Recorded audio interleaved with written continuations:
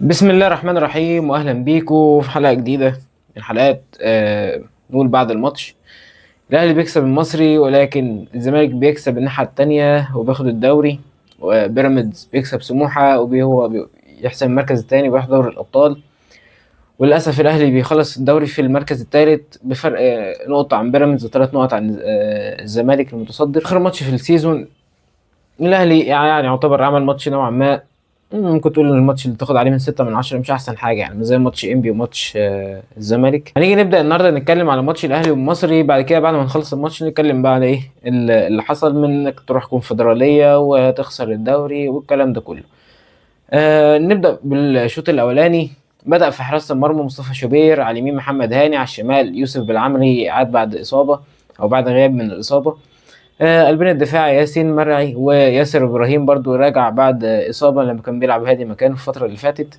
الاثنين في نص الملعب مروان عطيه وامام عاشور، على اليمين طاهر وعلى الشمال تريزيجيه وحسين الشحات، وقدامه بن شرقي. وساعات كان بيحصل سويتشات ما بين الاربعه اللي قدام، كل واحد بيروح حته على حسب يعني، بس في الاغلب كان طاهر بيفضل ثابت ناحيه اليمين. ده ايه الشكل العام. بدأ الشوط الاولاني الاهلي ضاغط، عايز يصدر ضغط الناحيه التانيه على اذا كان الزمالك او بيراميدز، اللي هو انا داخل وحاطط عليكم الضغط اللي انا كسبان الناحيه دي، في اي حد فيكم دخل في جون بتاع الدنيا تتوتر عنده، فانا يبقى ليه الافضليه ساعتها. لكن الوضع ده ما استمرش كتير بالنسبه يعني لحاله الضغط. كل فرقه من الناحيه التانيه قدرت تسجل بسرعه وتتدارك الموقف. بيبدأ الشوط الاولاني ضغط من الاهلي، فرصه في اول دقيقه من تريزيجيه تتحول لركنيه بتتلعب، تقعد تخبط وتروح توصل لهاني يشوطها الكوره تترد لتريزيجيه يشوطها ويسجل منها الهدف الاولاني النادي الاهلي.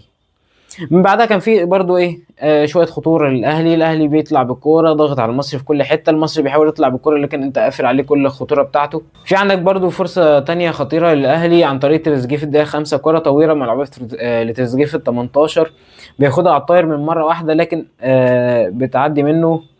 وبعدها المصري هو اللي بدأ بقى يمسك كورة يخش في أجواء الماتش، يهدد. ممكن ما تقولش فرص حقيقية 100%، لكن كان في تهديد من المصري، كان في خطورة كبيرة برضو من المصري في الفترة دي.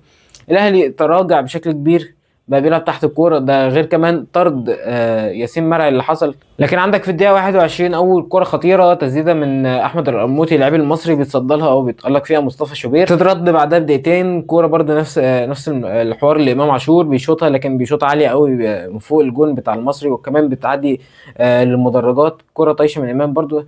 كان في سنة استعجال إن هم يجيبوا الجون التاني، بس الدنيا كانت ماشية يعني على الهادي نوعا ما، لغايه ما تيجي الدقيقه 25 تلاقي بيراميدز الناحيه التانيه سجل جول، فتتبص كده اللي هو تمام خلاص، يعني تقول بنسبه كبيره بيراميدز هو اللي هيكسب، سموحه معروفه.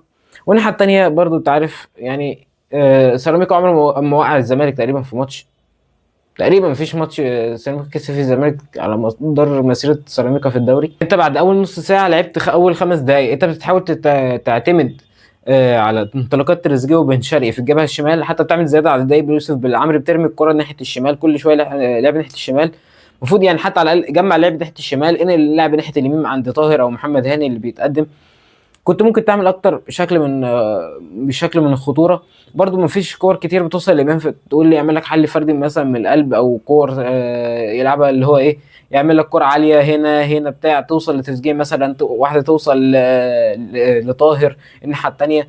مروان عطية برضه ما شفتش منه الحتة اللي قدام دي برضه الماتش النهارده، مفيش غير الكور بس اللي كانت في الأول لعبها كده لتريزيجيه. بحس برضه الكرة لما بتوصل لتريزيجيه بعد ما جاب الجون وبعد ما ضيع فرصتين، الكوره بقت بتقف عند تريزيجيه كتير، بيتباطئ كتير قوي في الكوره. لكن بتقول ماشي خلاص احنا عايزين بس نكسب الماتش ده ونشوف الدنيا التانية بيحصل فيها. انت اصلا كده كده قاعد مش مهتم بالاحداث الماتش اصلا بتاعت الاهلي نفسها، مركز على الاجواء التانية اللي بتحصل اذا كان الناحيه دي او الناحيه دي، عشان تلحق تلعب دوري ابطال او تكسب الدوري على حسب يعني كانت الدنيا هتمشي ازاي. بعدها في الدقيقه 38 بتيجي كوره مرتده للمصري، بتتحسب طرد على ياسين مرعي.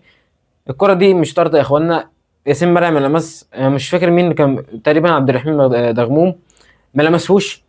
عيد الكرة تاني ما لمسهوش. مش عارف الحكم المفروض يرجع للفار يشوف الدنيا، بس ده ما حصلش ويتحسب طرد على ياسين مرعي. كده كده مش مؤثر يعني طالما انت كسبت خلاص. بس برضو قعدت متحجم باقي الشوط الثاني حتى بقيت اخر الشوط الاولاني.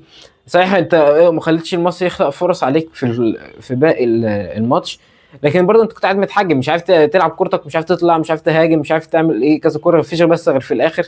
الشوط الثاني ده اللي هنجيلها كمان شويه. عندك في الدقيقه 40 الفاول بقى بعد ما اتحسب الطرد على الاهلي، بيتشوط اي حاجه يعني وتتعدي فوق العارضه لمصطفى شوبير، وبعدها بيعمل تبديل، والتبديل ده صح انك تخرج حسين. هتقول لي حسين ده ازاي؟ يا حسين ما تطلع طاهر، انت محتاج في الحته دي واحد يرجع معاك المعدل البدني بتاعه عالي. حسين كان خلاص هيبقى اخره معاك مثلا الدقيقه 50 الشوط الثاني، فانت صح انك تطلع حسين اللي هو اقل مردود بدني في الاربعه اللي انت كنت بادئ بيهم قدام. وبتنزل مكانه هادي رياض، وبترجع تاني تلعب طبيعي عادي 4-2-3 او 4-3-2 على حسب يعني بتشوفها ازاي، او 4-4-1. والاهلي بيفضل متراجع مثلا اخر 3 دقايق او 4 دقايق بعد الطرد بالوقت الضايع من ضغط المصري القوي.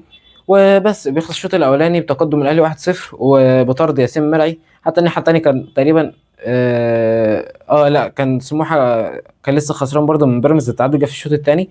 والزمالك برضه بيخلص الشوط الاولاني متقدم ب 1-0 على مصري على سيراميكا بجون عضيه الدباغ. بيبدا الشوط الثاني الاهلي بنفس طريقه اللعب بنفس الخطه من غير ما يعمل تبديلات بعد تبديله هادي رياض. لكن افتكرت ان مصري اسمه ده سموحه سجل هدف التعادل قبل ما الشوط الاولاني يخلص في ماتش قدام بيراميدز. عندك في الدقيقه 48 اول كوره خطيره للمصري من تسديده مصطفى العش. كان مصطفى العش النهارده عامل ماتش كويس يعتبر على فكره، لكن بتعدي كده ايه من جنب القائم اليمين لمصطفى شوبير او القائم الشمال مش متذكر قوي. عندك في الدقيقه 53 اول ظهور للاهلي بقى بكره طويله بيلعبها طاهر لبن شرقي، لكن الكره بتطول على بن شرقي ما يلحقهاش. يعني دي ممكن الفرصه ما تتكلمش عليها ان هو ما فيش ظهور حقيقي مثلا في الشوط الثاني غير في اخره. الاهلي برده ايه بيحاول اللي هو مستني النتيجه الماتش الثاني اكتر ما هو مركز في الماتش اللي هو بيلعبه.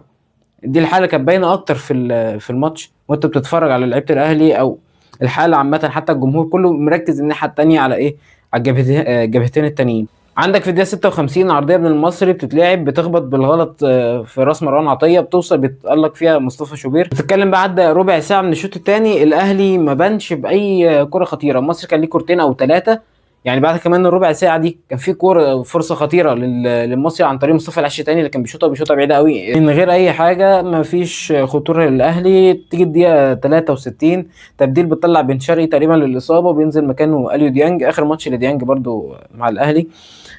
برضو المصري بيعمل تبديلات بيغير بينزل لك عمر الساعي مكان القرموطي، بيحاول برضو يشوف لك حلول، كان مغير ونزل برضو السعداوي مش فاكر نزله مكان مين في الاول. 64 غلطه غريبه من ياسر ابراهيم، الكره بتوصل مش فاكر لمين لكريم بامبو تقريبا ولا حاجه، بعد ما عدى بيشوطها بتعدي ما بين رجل مصطفى شوبير، لكن ياسر بيرجع تاني وبيلحقها.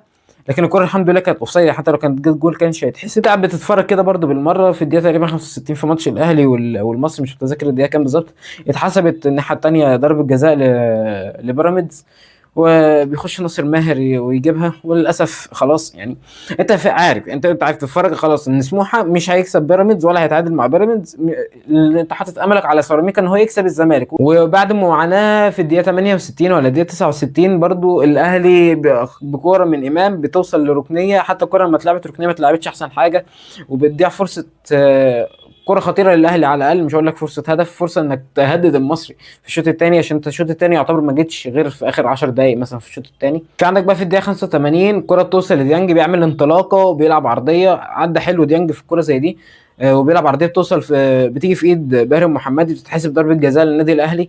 تحس إن في الأول هي بتتلعب هيخش يشوطها ديانج، بعد كده يقول لك بيدي الكرة للإمام، إمام يقول لك خلاص أنا هسيبها لتريزيجيه، تريزيجيه بيخش وبيسجل تقريبا شوطها في النص عشان وقت ضربه الجزاء انا غيرت بص على الماتشات الثانيه.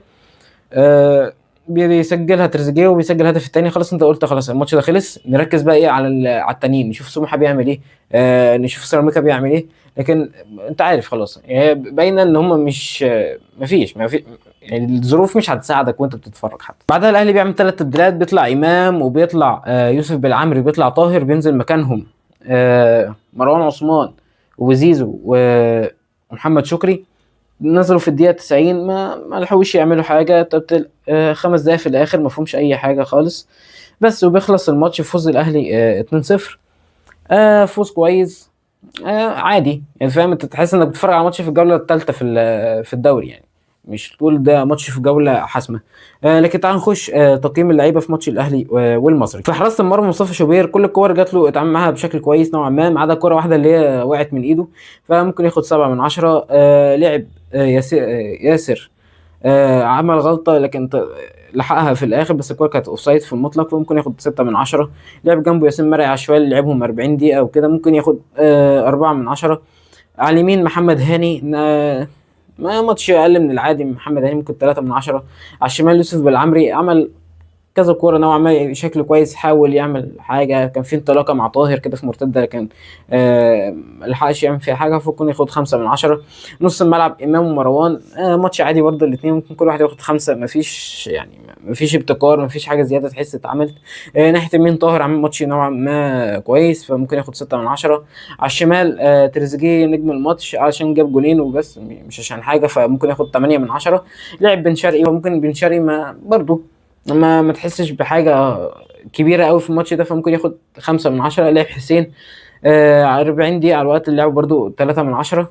نزل هادي رياض يعني عمل ماتش نوعا ما أحسن من ياسين مرعي في شوية اللي لعبهم برضو، فممكن ياخد 6/10. نزل ديانج اتسبب في ضربة جزاء ولعب نوعا ما وقت يعتبر كويس مكان بن شرقي في الدقيقه 60. فديانج النهارده برضو على اخر ماتش ليه مع الاهلي، فمش هديله تقييم قليل، فممكن ياخد 7/10 ديانج، عشان بس ده اخر ماتش ليه مع الاهلي، مش هيلعب تاني ومش هشوف ديانج تاني بس غير منتخب مالي بقى او الفريق اللي هيروحوا. نزل محمد شكري وزيزو ومروان عثمان. مروان عثمان كان ممكن يجيب جون في الاخر، لكن الثلاثه لا تقييم على الوقت اللي لعبوه، ما يلحقوش يلعبوا. تعالى بقى نتكلم في حته اخيره. الاهلي بيرجع للكونفدراليه بعد غياب تقريبا 12 سنه من 2015 لما خسرت السيمي فاينل من اورلاندو رايح جاي. خلاص يعني الاهلي اول مره يروح تقريبا البطوله دي من ترتيب الدوري نفسه، يعني انت كنت بتخش بتطلع من الادوار الاقصائيه بتاعت افريقيا، ولما بعد كده بتنزل تلعب كونفدراليه زي كان بيحصل. كان النظام ده كان اصلا يعتبر حلو، كان بيقوي البطوله الثانيه. الاهلي هيلعب كونفدراليه صراحه حاجه تحزن. انت الحاجه الوحيده بس اللي جابها في الموضوع ده ان الصفاقسي هيكون موجود في البطوله، وانت هتلعب ممكن تلعب الصفاقسي وتشوف علي معلول تاني، بس هي الحاجه الوحيده الحلوه اللي في الموضوع كله. نتاج طبيعي للموسم السيء للاهلي من بدايته، انك عامل صفقات ناقصه. برضه هتقول لي صفقات ناقصه ازاي؟ انا جايب زيزو وتريزيجيه ومش عارف بن رمضان وجايب العمري ومش عارف مين. انت المراكز الاساسيه عندك في الفريق انت ما دعمتهاش صح، اذا كان قلب الدفاع، الباك الشمال من اول السيزون، مش بتكلم من يناير بقى، ناحيه حتى الباك رايت، نص الملعب انت فضيت نص الملعب.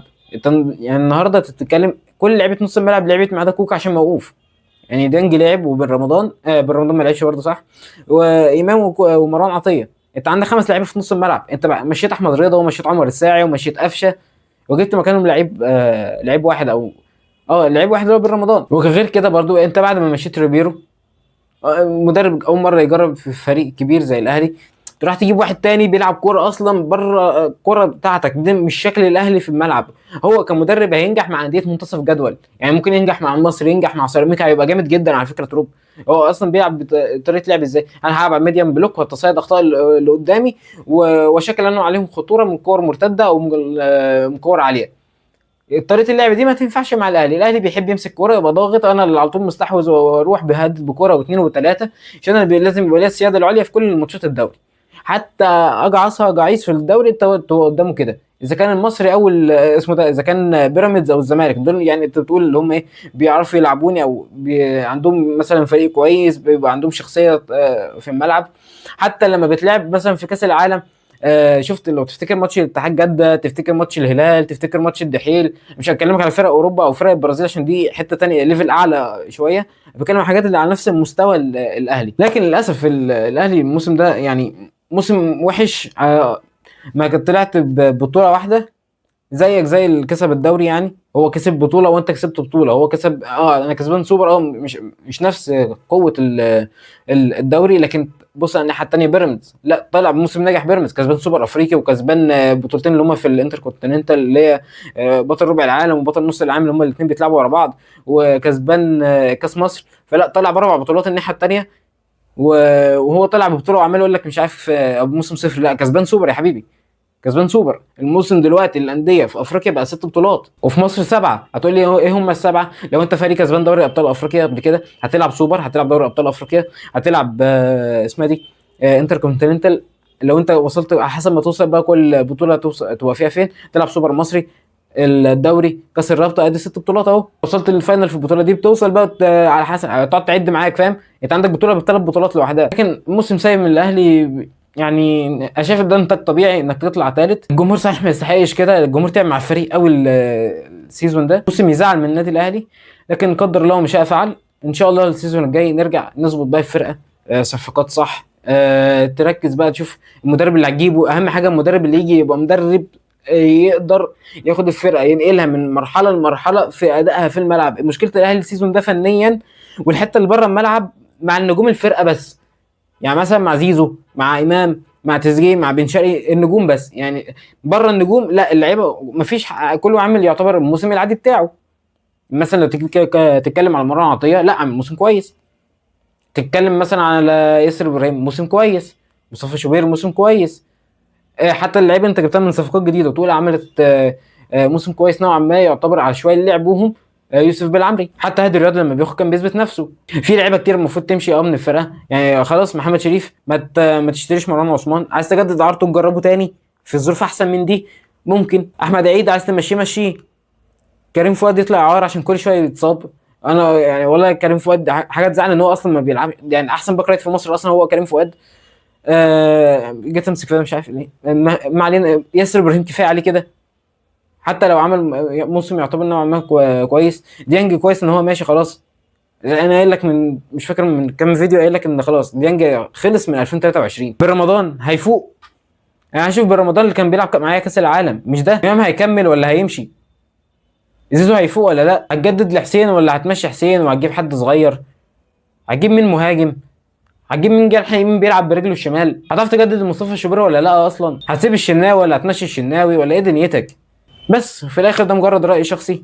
ان شاء الله نتقابل فيديوهات تانية كتير، بس مش عايز تنسى ان ارسنال بطل الدوري. كنا عاملين فيديو امبارح، نزل النهارده. من عوايد انزل فيديوهين في يوم واحد، ودي حاجه غريبه. وهي بس تنساش تعمل لايك وسبسكرايب وتشير على قد ما تقدر وتدعي اخواتك في السودان وفي فلسطين وصلي على النبي. يلا، سلام عليكم.